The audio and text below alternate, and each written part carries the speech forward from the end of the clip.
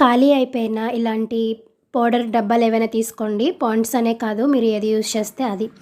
ఇలాంటి డబ్బా తీసుకున్న తర్వాత దీన్ని క్యాప్ మనం ఓపెన్ చేస్తే ఈజీగానే వచ్చేస్తుందండి.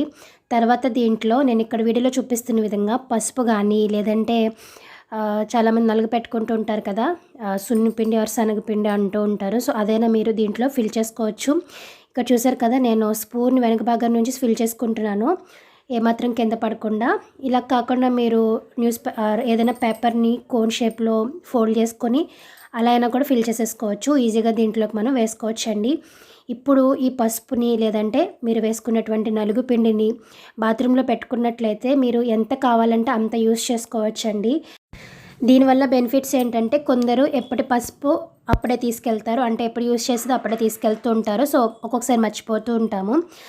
అలా కాకుండా వేరే డబ్బాలో పెట్టామనుకోండి, మన చేతిలో ఉన్నటువంటి తడి తగిలి పురుగు పట్టే ఛాన్సులు ఎక్కువగా ఉంటాయి. నేనైతే ఆ ప్రాబ్లం అనేది చాలాసార్లు ఫేస్ చేశాను. సో అలా కాకుండా దీంట్లో వేసుకున్నట్లయితే మీకు ఎంత కావాలంటే అంతే వేసుకోవచ్చు. ఇంకా వాటర్ దీంట్లోకి వెళ్ళదండి, పురుగు కూడా మనకి పట్టదనమాట. ఇదే విధంగా మీరు నలుగు పిండి, లేదంటే మీరు ఏదైనా ముల్తానా మట్టి అలాంటివి యూస్ చేస్తూ ఉంటారు చాలామంది. సో అలాంటివైనా కూడా వీటిలో పెట్టుకొని మీ బాత్రూంలో అనేది పెట్టుకోవచ్చు.